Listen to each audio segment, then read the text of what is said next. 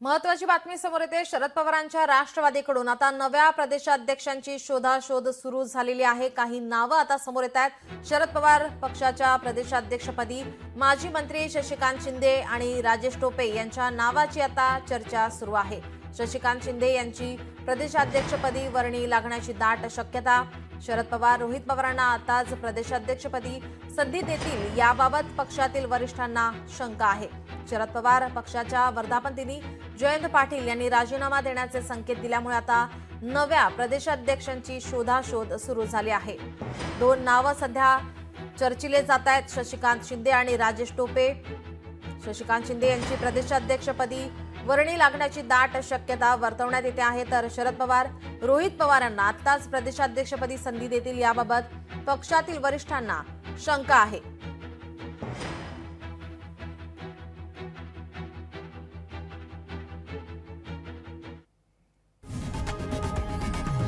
लोकशाही मराठी ऐका, पहा, जागरूक रहा।